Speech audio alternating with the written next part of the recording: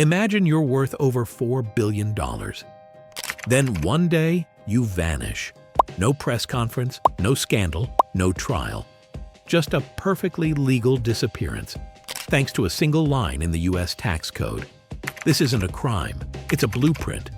And today, we're unpacking how one billionaire used a tax loophole to vanish from the financial system, and why nobody stopped him. Uncovering the secrets of money, power, and the laws that protect them.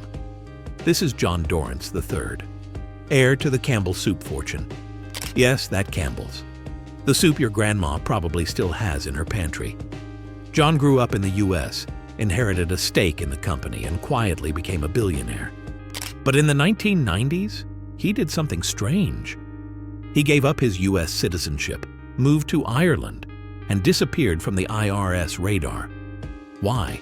Because he didn't just want to save money. He wanted to legally erase himself from the American tax system. Let's talk about expatriation, the fancy word for giving up your U.S. citizenship. It sounds extreme, but for the ultra-rich, it's a very calculated move. Back then, there was a massive loophole in the tax code. If you renounced your citizenship and waited 10 years, you didn't owe U.S. taxes anymore. No estate tax, no capital gains, no inheritance, nothing.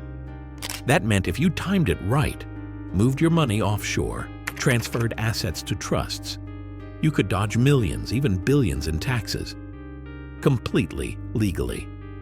So that's exactly what John did. He renounced his citizenship in the early 1990s, moved to Ireland, and disappeared from U.S. tax records. He still kept his fortune, still lived lavishly. But now, the U.S. government had no legal claim on his money. Here's where it gets wild. Once word got out, Congress panicked. They realized this wasn't just one guy. Other billionaires were starting to do the same thing.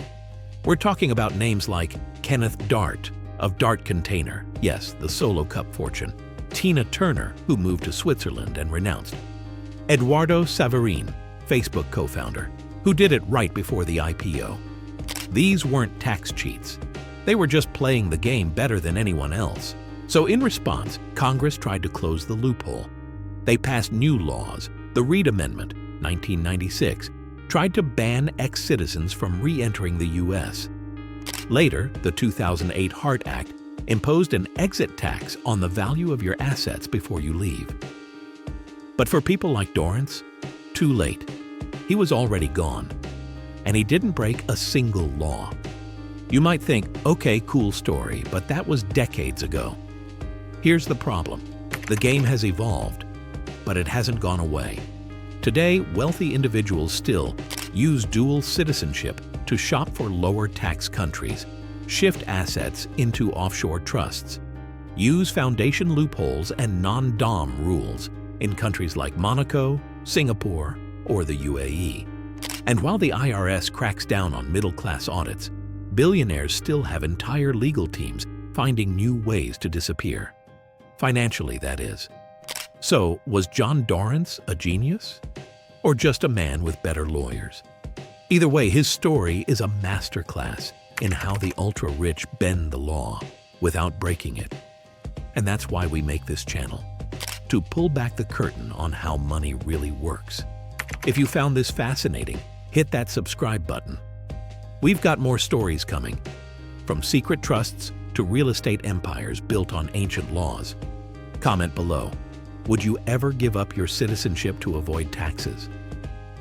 Until next time, this is Modern Money Mysteries, where the money may be modern, but the loopholes are ancient.